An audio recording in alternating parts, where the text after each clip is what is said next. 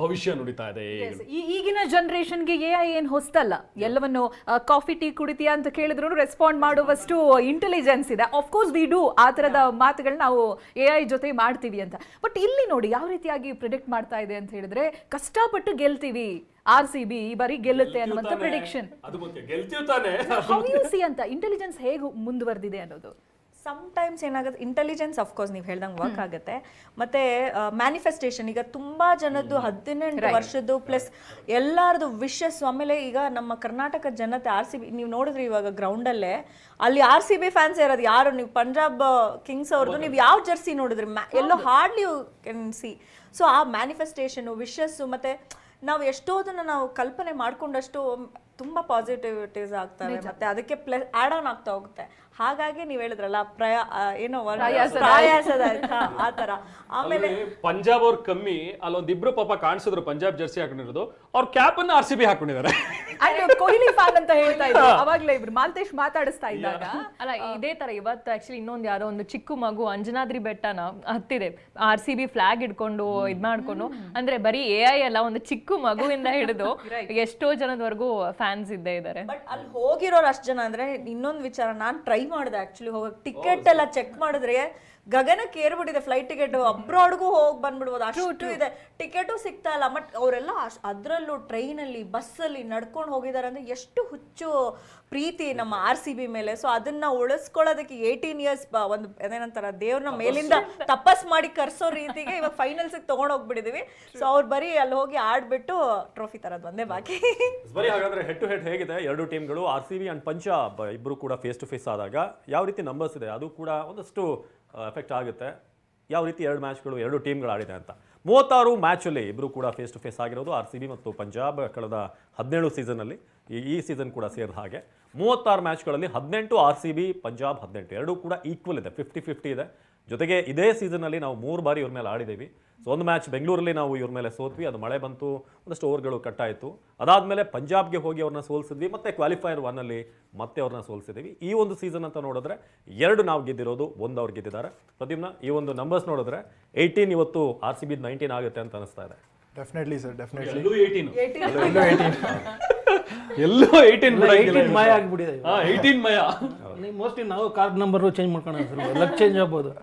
18 ಹುಡುಗಿರು ಬೇರೆ ಇಲ್ಲಿ 3 ಜನ ಇದೀವಿ ಅದಕ್ಕೆ.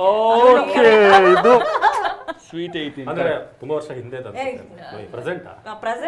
Okay, date of birth.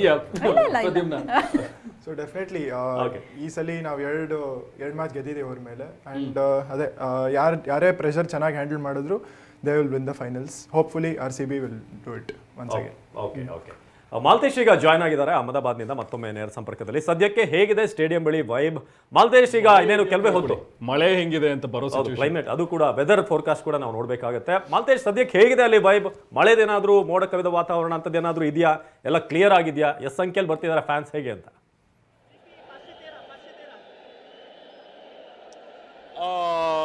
ಇಲ್ಲ ಅವಿನಾಶ್, ಆಸ್ ಆಫ್ ನಾವು ಹೇಳಬೇಕು ಅಂದರೆ ಸ್ಕೈ ಆಲ್ಮೋಸ್ಟ್ ಕ್ಲಿಯರ್ ಇದೆ.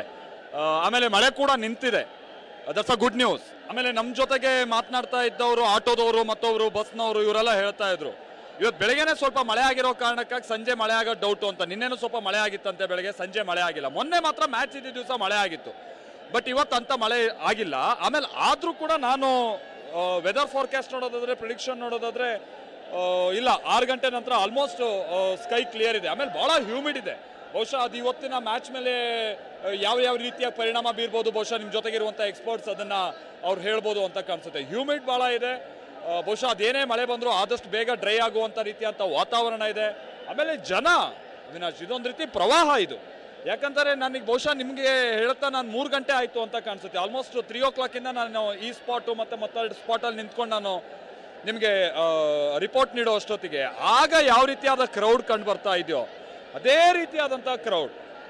ಒಂದು ಮೆಟ್ರೋ ಸ್ಟೇಷನ್ನಿಂದ 2 ಮೆಟ್ರೋ ಸ್ಟೇಷನ್ 2 ಭಾಗದಿಂದ ಬರ್ತಾ ಇರೋ ಜನ ಅದೊಂದು ರೀತಿ ಪ್ರವಾಹದ ರೀತಿ ಬರ್ತಾ ಇದ್ದಾರೆ. ಎಲ್ಲಿಂದ ಬರ್ತಿದ್ದಾರೆ ಇಷ್ಟು ಜನ? ಇವ್ರು ಹೆಂಗೆ ಬಂದರು ಇಲ್ಲಿಗೆ?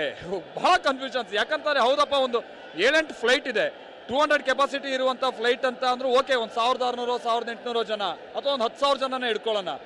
ಟ್ರೈನಿಂದ ಬಂದರು, ಬಸ್ಸಿಂದ ಬಂದರು, ಎಲ್ಲಿ ಓನಾಗಿ ಬಂದರು, ಅಷ್ಟು ಒಂದು ರೀತಿ ಜನ ನೋಡಿದಂಥ ಸಂದರ್ಭದಲ್ಲಿ ಒಂದು ರೀತಿ ಆಶ್ಚರ್ಯ ಆಯ್ತು. ನೋಡಿ ಮೆಟ್ರೋ ಮೇಲೆ ನಾವು ತೋರಿಸ್ತಾ ಇದ್ದೀನಲ್ಲ, ಇದೇ ಮೆಟ್ರೋ. ಇಲ್ಲಿ ಈ ಮೆಟ್ರೋ ಇದ್ದ 2 ಸ್ಟೇಷನ್ನಿಂದ ಇಲ್ಲಿ ಕನೆಕ್ಟ್ ಆಗ್ತಾ ಇರುವಂಥ ಜನ, ಎಲ್ಲಿಂದ ಇಷ್ಟು ಜನ ಬರ್ತಾ ಇದ್ದಾರೆ. ಆಮೇಲೆ ಕೇಳಿದವರಲ್ಲಿ ಒಂದು 99% ಇರೋದು ಇಲ್ಲಿ RCB ಅವರೇ. ಬಹುಶಃ ಆ 99% ಅಲ್ಲಿ ಒಂದು ಅಂದಾಜು ಜನರಲೈಸ್ ಮಾಡಿ ಹೇಳೋದಾದ್ರೆ ಒಂದು 80% ಮೇಲೆ ಕನ್ನಡದವರೇ ಇದ್ದಾರೆ. ಮತ್ತೆ ರಾಜಸ್ಥಾನ, ಬಿಹಾರ, ಉತ್ತರ ಪ್ರದೇಶ ಸಾವಿರಾರು ಜನ ಇದ್ದಾರೆ. ಬಟ್ ಈ ಕನ್ನಡದವ್ರು ವಾಯ್ಸ್ ಕೇಳ್ತಾ ಇದ್ರೆ ಗುಜರಾತ್ ಸ್ಟೇಡಿಯಂ ಬಳಿ ನಾವು RCB ಜರ್ಸಿ ಹೊರತುಪಡಿಸಿದ್ರೆ ಕೆಲವೊಂದಷ್ಟು ಮಂದಿ ವೈಟ್ ಜರ್ಸಿ ಬಂದಿದ್ದಾರೆ, ವೈಟ್ ಡ್ರೆಸ್ ಅಲ್ಲಿ. ಬೇಬಿ ಕೊಹ್ಲಿ ಅವರ ಈ ಟೆಸ್ಟ್ ರಿಟೈರ್ಮೆಂಟ್ ಏನಿತ್ತು ಅದಕ್ಕೊಂದು ಟ್ರಿಬ್ಯೂಟ್ ಕೊಡೋಕ್ಕೂ ಕೂಡ ಕೆಲವರು ಪ್ಲಾನ್ ಮಾಡಿ ಬಂದಿರೋ ಹಾಗಿದೆ.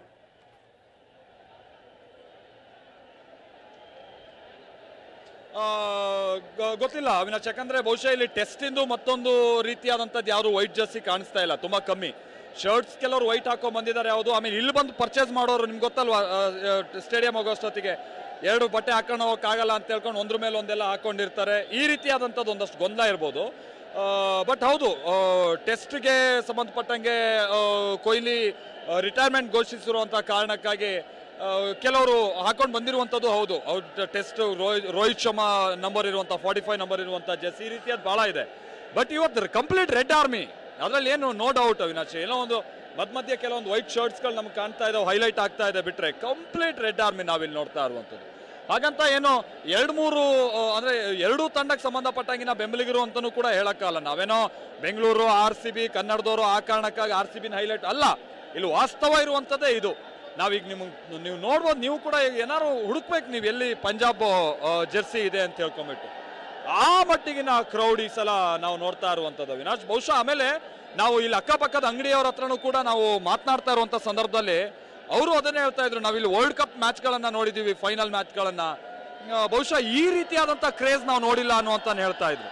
ಹೌದು, ಇಂಡಿಯಾ ಫ್ಲಾಗ್ ತರ್ತಾರೆ, ಇಂಡಿಯಾ ಜೆರ್ಸಿಲ್ ಬರ್ತಾರೆ, ಬಟ್ ಇದು ಏನಿದು ಅಂತ ಅವರು ಗುಜರಾತಿಗಳು ಕೂಡ ಒಂದ್ ರೀತಿ ಶಾಕ್ ಆಗಿ ಮಾತನಾಡ್ತಾ ಇದ್ದದನ್ನ ನಾವು ನೋಡ್ತಾ ಇದ್ವಿ ಅವಿನಾಶ್. ಅಂದ್ರೆ ಇಲ್ಲಿನ ಲೋಕಲ್ ಜನನು ಕೂಡ ಒಂದ್ ರೀತಿ ದಂಗೆದ್ ಬಿಟ್ಟಿದ್ದಾರೆ, ಏನ್ ಕತೆ ಇದು ಅಂತ ಹೇಳ್ಕೊಂಡ್ಬಿಟ್ಟು. ಆಮೇಲೆ ಇಲ್ಲಿನ ವ್ಯಾಪಾರಸ್ಥರು ಮತ್ತೊಬ್ರು ಇವರೆಲ್ಲ ಏನ್ ಅಂದ್ಕೊಂಡಿದ್ರು ಅಂದ್ರೆ GT ಈ ಬಾರಿ ಫೈನಲ್ಗೆ ಬರ್ದೇ ಇರುವಂತ ಕಾರಣಕ್ಕಾಗಿ ಗುಜರಾತ್ ಬಹುಶಃ ಈ ಸಲ ಬಹಳ ಲಾಸ್ ಅನ್ನುವಂತ ರೀತಿಯಾಗಿದ್ರು.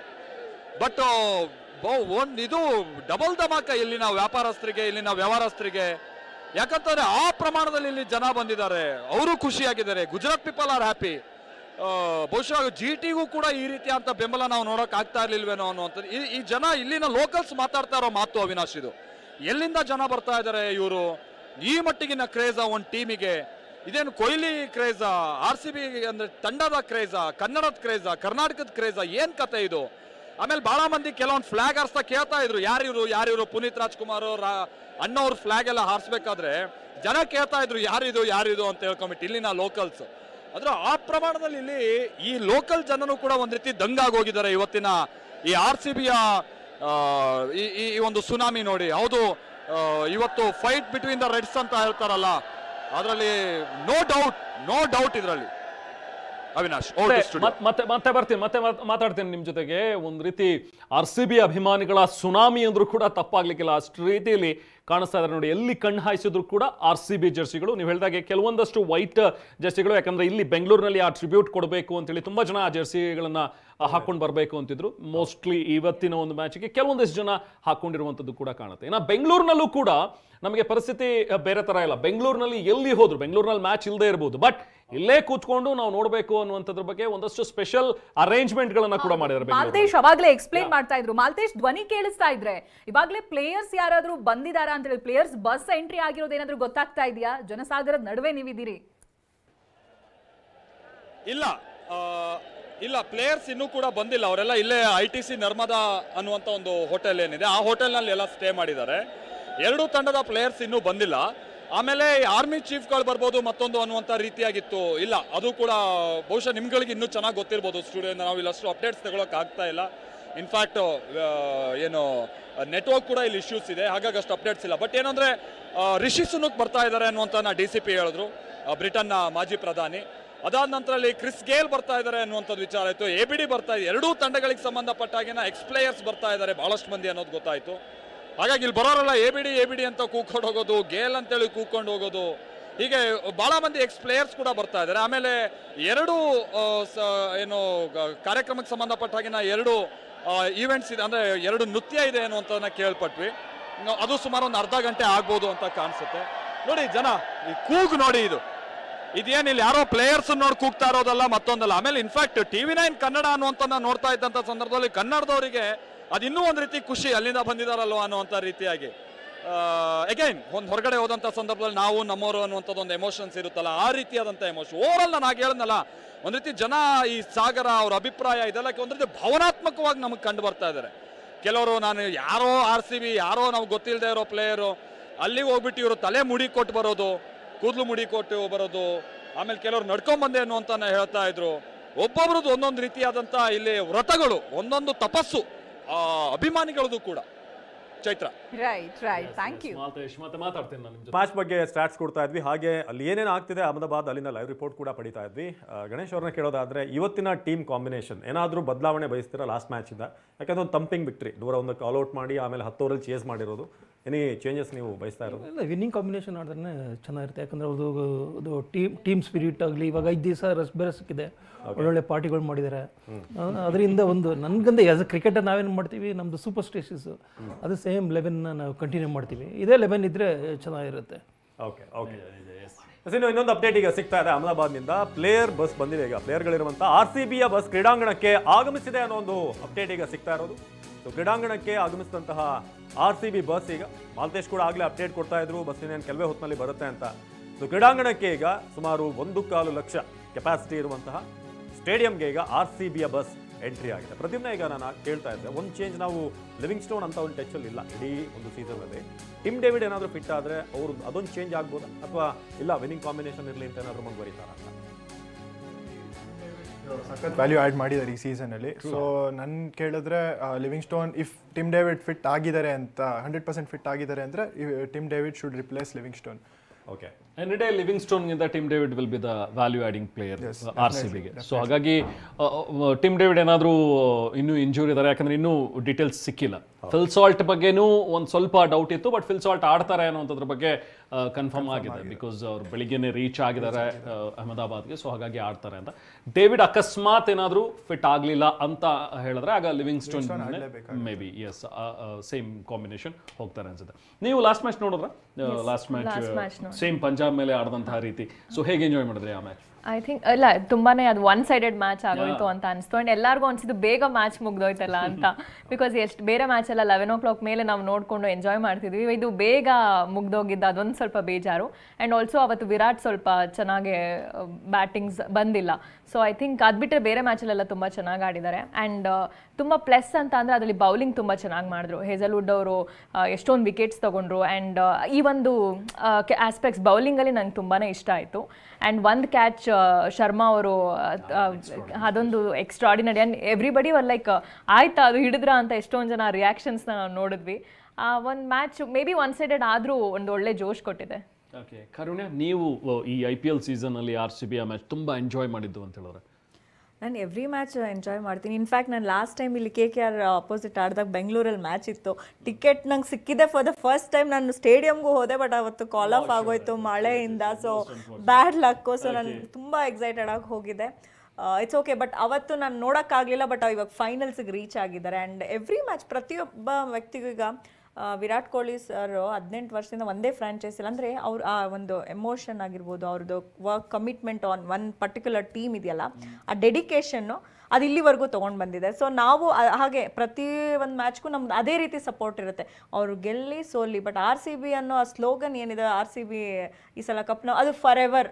ಸೊ ಆ ಥರ ಒಂದು ಇದರಲ್ಲಿ ಪ್ರತಿಯೊಂದು ಮ್ಯಾಚು ನಾವು ಎಂಜಾಯ್ ಮಾಡ್ತೀವಿ. ಪ್ರತಿಯೊಂದು ಮ್ಯಾಚಲ್ಲೂ ಕೂಡ ಅವ್ರದ್ದು ಬೌಲಿಂಗ್ ಆಗಿರ್ಬೋದು, ಮತ್ತು ಅವರು ಹೇಗೆ ಪ್ಲೇಸ್ಮೆಂಟ್ ಮಾಡ್ತಾರೆ, ಬೌಂಡ್ರಿ ಚೇಂಜಸ್ ಎಲ್ಲ ನಾವು TV-ನಲ್ಲಿ ನೋಡೋದ್ರಿಂದ ನಮಗೆ ಅದು ಪ್ರತಿಯೊಂದು ಅವರು ಇನ್ವಾಲ್ವ್ಮೆಂಟ್ ಕಾಣಿಸುತ್ತೆ. ತುಂಬ ನೀಟಾಗಿ ಪ್ಲ್ಯಾನ್ ಮಾಡ್ಕೊಂಡು ಮಾಡ್ತಾರೆ. ಸೊ ಅದೇ ರೀತಿ ಇವತ್ತು ಕೂಡ ಅದು ಹಂಗೆ ವರ್ಕ್ ಆದರೆ ಅವರು ಏನಿರುತ್ತೆ ಸ್ಟ್ರಾಟರ್ಜಿ ಆಗಿರ್ಬೋದು, ಲಕ್ ಆಗಿರ್ಬೋದು, ಮತ್ತು ಅವ್ರ ಡೆಡಿಕೇಶನ್ನು, ಎಮೋಷನ್ ಎಲ್ಲನೂ ವರ್ಕ್ ಆಗಬೇಕು ಇವತ್ತು.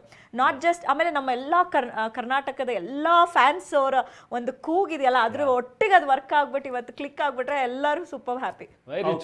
ಈಗ ನಮ್ಮ ಜೊತೆ ಬೆಳಗಾವಿಯಿಂದ ನಮ್ಮ ಪ್ರತಿನಿಧಿ ಸಹದೇವ್ ಮಾನೆ ಜಾಯ್ನ್ ಆಗಿದ್ದಾರೆ. ಸಹದೇವ್, ಈಗ ಬೆಳಗಾವಿಯಲ್ಲಿ ಕ್ರೇಜ್ ಚೆನ್ನಾಗಿದೆ.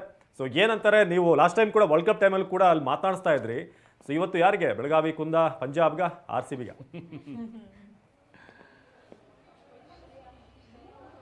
ಅವಿನಾಶ್, ಏನು ಬೆಳಗಾವಿಯ ಕುಂದ ಈ ಬಾರಿ RCB ತಂಡಕ್ಕೆ RCBಯ ಎಲ್ಲ ಏನು ಪ್ಲೇಯರ್ಗಳಿಗೆ ತಿಳಿಸ್ಬೇಕನ್ನುವಂಥ ನಿಟ್ಟಿನಲ್ಲಿ ಇಲ್ಲಿರುವಂತಹ ಅಭಿಮಾನಿಗಳು ಸಾಕಷ್ಟು ಕಾತುರದಿಂದ ಕಾಯ್ತಾ ಇರುವಂಥದ್ದು. ಅದರಲ್ಲೂ ಮುಖ್ಯವಾಗಿ ಇನ್ನೇನು ಕೆಲವೇ ಹೊತ್ತಲ್ಲಿ ಈ ಒಂದು ಮ್ಯಾಚ್ ಆರಂಭ ಆಗುತ್ತೆ. ಹೀಗಾಗಿ ಪಬ್ಗಳು ಸೇರಿದಂತೆ ವಿವಿಧ ಕಡೆಗಳಲ್ಲಿ ಈ ಒಂದು ಮ್ಯಾಚ್ ನೋಡೋಕ್ಕೆ ಸಾಕಷ್ಟು ಅರೇಂಜ್ಮೆಂಟ್ಗಳನ್ನು ಮಾಡಿದ್ದಾರೆ. ಹೀಗಾಗಿ ಆ ಕಡೆ ಈಗಾಗಲೇ ಅಭಿಮಾನಿಗಳು ಮುಖ ಮಾಡ್ತಾ ಇದ್ದಾರೆ. ಸದ್ಯ ಈಗ ಪಬ್ಗಳಲ್ಲಿ ವಿಶೇಷ ತಿಂಡಿಗಳನ್ನು ಕೂಡ ಈಗಾಗಲೇ ಮಾಡಿರುವಂಥದ್ದನ್ನು ಗಮನಿಸಬಹುದಾಗಿದೆ. ಒಂದು ಕಡೆ RCB ಏನು ಅಭಿಮಾನಿಗಳೇನು ಬರ್ತಾರೆ ಅವರಿಗೆ ವಿಶೇಷ ಖಾದ್ಯ ಇರುವಂಥದ್ದು, ಅದ್ರ ಜೊತೆಗೆ ಇಲ್ಲಿ ವಿಶೇಷವಾಗಿ ಬಿಯರ್ ಕೂಡ ಮಾಡಿರುವಂಥದ್ದನ್ನು ಕೂಡ ಗಮನಿಸಬಹುದಾಗಿದೆ. ಮತ್ತು ಅದ್ರ ಮೇಲ್ಗಡೆ ಫ್ಲಾಗ್ ಆಗಿರುವಂಥದ್ದನ್ನು ಕೂಡ ಕಾಣಬಹುದಾಗಿದೆ. ಸೊ ಇದು RCB ಅಭಿಮಾನಿಗಳಿಗೆ ವಿಶೇಷವಾಗಿ ಮಾಡಿರುವಂಥದ್ದನ್ನು ಕೂಡ ಗಮನಿಸಬಹುದಾಗಿದೆ. ಅದರ ಜೊತೆಗೆ ಅಭಿಮಾನಿಗಳು ಕೂಡ ಸಾಕಷ್ಟು ಕಾತುರದಿಂದ ಕಾಯ್ತಾ ಇದ್ದಾರೆ ಯಾವಾಗ ಮ್ಯಾಚ್ ಶುರುವಾಗುತ್ತೆ ಅನ್ನುವಂಥದ್ದು ಒಂದು ಕಡೆ. ಆದರೆ ಇನ್ನೊಂದು ಕಡೆ ಈ ರೀತಿ RCBಯ ಫ್ಲಾಗ್ನ ಬಣ್ಣವನ್ನು ಬಳದ್ಕೊಂಡು ಸೊ ದೊಡ್ಡ ಸ್ಕ್ರೀನ್ಗಳಲ್ಲಿ ಈಗಾಗಲೇ ಮ್ಯಾಚನ್ನು ನೋಡ್ಬೇಕನ್ನುವಂಥ ನಿಟ್ಟಿನಲ್ಲಿ ರೆಡಿಯಾಗಿ ಕೂಡ ಬಂದಿದ್ದಾರೆ. ಅವ್ರನ್ನ ಮಾತಾಡಿಸ್ತೇನೆ. ಮೇಡಮ್, ಎಷ್ಟು ಎಕ್ಸೈಟ್ಮೆಂಟ್ ಅಲ್ಲಿ ಇದ್ದೀರಿ? We are very excited for this match and ಈ ಸಲ ಕಪ್ ನಮ್ದೇ. ಯಾರ್ ಫೇವರೇಟ್ ಪ್ಲೇಯರ್? ವಿರಾಟ್ ಕೊಹ್ಲಿ. ಹೇಗೆ ಅನಿಸ್ತಾ ಇದೆ? It's very we are all excited after many years we are in finals